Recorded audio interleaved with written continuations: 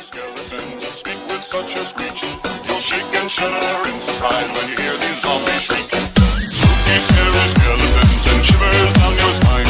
Shrieking skulls will shock your soul and seal your doom tonight. Spooky, scary skeletons.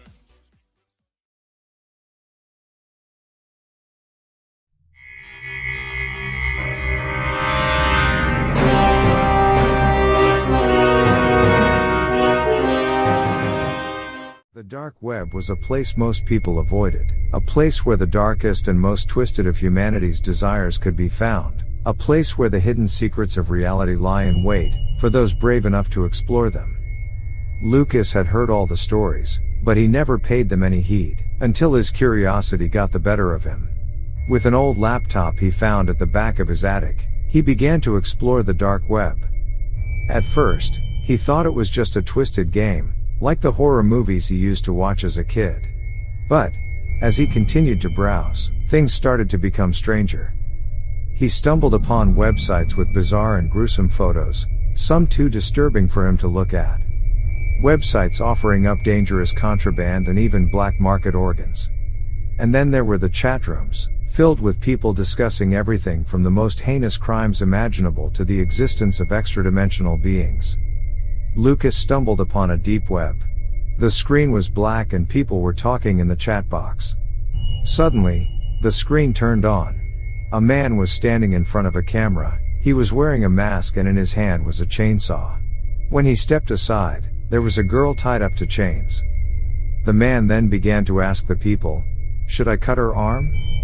People in the chat box got excited, and said yes. The man took his steps towards the girl. The girl started to beg for her life, but the man turned on his chainsaw and proceeded to cut her arm. He came again in front of the camera and asked again, "Should I cut her other arm?" The majority of the people said yes, and so, he proceeded to cut off her other arm. The girl screamed as he cut at her other arm. Lucas felt sick to his stomach. He tried to turn off his laptop but he couldn't.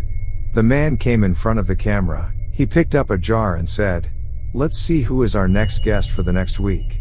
He picked up a paper and was about to unfold it. But the girl behind him was crying for help. "You are so annoying," the man said in an angry voice. He angrily threw the paper on the table and turned on his chainsaw.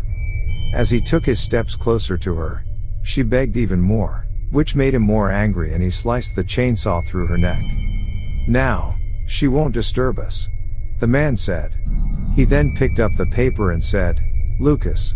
Lucas wasn't able to move after what had happened. He tried to turn off his laptop but he couldn't shut it off. The man on the screen said, "Your eyes are beautiful. Don't try to turn off your laptop, it won't shut down." Lucas threw his laptop to the wall. It broke into pieces. He was finally relieved that he was safe. But as the days passed, Lucas began to receive strange messages from unknown sources, claiming to have knowledge about Lucas and his past. The messages said, "Your eyes are beautiful. The brown jacket you wore today was awesome. Can I have it? Your room window is so big. I can see you while you're sleeping." The next day, Lucas told the police everything about it and they asked for proof. But when he opened his phone to show the messages, there were no messages. As if they were not there at all. Lucas couldn't fall asleep. He kept his eyes fixed on the windows, but as soon he fell asleep, he woke up when he heard the noise of his window breaking. He tried to run away but was failed.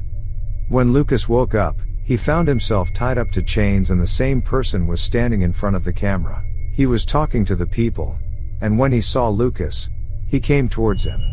He picked up the cutting pliers from the table and took out Lucas' eyes. Lucas begged him but he didn't listen. He heard his footsteps descending away from him.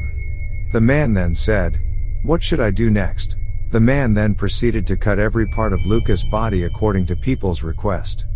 In the end, Lucas was left as nothing but a mutilated corpse, another victim of the dark web.